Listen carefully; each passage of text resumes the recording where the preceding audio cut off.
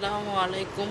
আজকে আমি আরেকটা রেসিপি নিয়ে হাজির হয়ে গেলাম। আজকে আমি রান্না করে দেখাবো ছোট চিংড়ি মাছ দিয়ে কচুর লতি।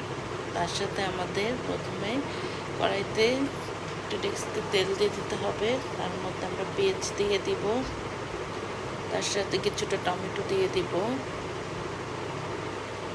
টমেটো পেঁয়াজ একসাথে ভালোভাবে মিশিয়ে নিব। এরপর তার মধ্যে লবণ, একে একে করে আমরা মশলাগুলো দিয়ে দিব।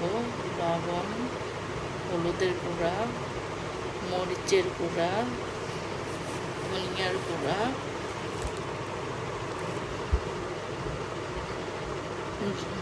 সবগুলো মশলা একসাথে পেঁয়াজ টমেটোর সাথে মিশিয়ে নেব। মিশিয়ে আদা বাটা, রসুন বাটা দিয়ে দেব। আদা বাটা, রসুন বাটা, তার সাথে একটু পানি দিয়ে মশলাগুলোকে ভালোভাবে মিশিয়ে নিব। মশলাগুলোকে ভালোভাবে মিশিয়ে নেড়ে চেড়ে নিব। এখন মশলাগুলো কষানোর জন্য পানি দিয়ে আমরা কিছুক্ষণ ঢাকনা দিয়ে বসিয়ে দিব। কিছুক্ষণ মশলাগুলো কষানো হয়ে গেলে আমরা আবার ঢাকনাটা উঠিয়ে নিব। দেখুন মশলাগুলো কি সুন্দর কষানো হচ্ছে। মশলাগুলো কষানো হয়ে আসছে প্রায়। এখন আমরা ছোট চিংড়ি মাছগুলো দিয়ে দিব। ছোট চিংড়ি মাছগুলো মশলার সাথে কষিয়ে নিব। এভাবে মাছগুলো মিশিয়ে নিব একসাথে। আবার পানি দিয়ে মিশিয়ে নিব। এভাবে কিছুক্ষণ জাল করে নিব। তারপর আবার আমরা ঢাকনা দিয়ে কিছুক্ষণ জাল করে নিব। কিছুক্ষণ জাল করে নেওয়ার পর আমরা ঢাকনাটা তুলে নিব। চিংড়ি মাছ কি সুন্দর দেখুন হয়ে আসছে। এবার আমরা কচু লতিগুলা দিয়ে দিব।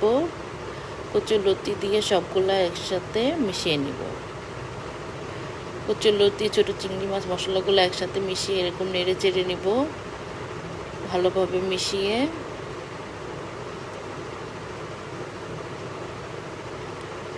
ভালোভাবে মশলাগুলো মিশিয়ে নিব। ভালোভাবে মশলা মেশানো হয়ে গেলে আমরা পানি দিয়ে, সামান্য পরিমাণ পানি দিয়ে নেড়ে চেড়ে নিব। এখন আমরা আবার ঢাকনা দিয়ে ঢেকে কিছুক্ষণের জন্য জাল করে নিব। কিছুক্ষণ জাল করে নিয়ে দেখুন আমাদের চিংড়ি কচু কি সুন্দর হয়ে এসেছে। দেখতে কতটা ভালো লাগছে। আশা করি খেতেও ভালো লাগবে। আপনারা একটু লেবু দিয়ে নেবেন। আমি একটু লেবু দিয়ে নিই, এতে করে আমার মনে হয় গলায় ধরে না। যার যার ইচ্ছে দিতে পারেন, নাও দিতে পারেন। আমি একটু হালকা দিয়ে নিই, আমার কাছে ভালো লাগে। খেতেও ভালো লাগে, একটু টক টক লাগে। টেস্টটা অন্যরকম আসে আর কি। দেখুন আমাদের কচুর লতিটা দেখতে কতটা সুন্দর লাগছে। এভাবে কচুর লতি রান্না করে খাবেন ছোটো চিংড়ি মাছ দিয়ে, আশা করি ভালো লাগবে। আমার চ্যানেল যদি আপনাদের সবার ভালো লাগে, লাইক, শেয়ার, ফলো দিয়ে পাশে থাকবেন। সাবস্ক্রাইব করে রাখবেন, এতে করে আমি নতুন ভিডিও দিলে প্রথমেই দেখতে পারবেন। এখন আমরা আবার কিছুক্ষণ জাল করে নিব। জাল করে হয়ে গেলে আমার চিংড়ি মাছ দিয়ে লতি রান্না হয়ে গেছে। এখন কাঁচামরিচ দিয়ে দিব। কাঁচামরিচ দিয়ে কিছুক্ষণ আবার জাল করে নেব।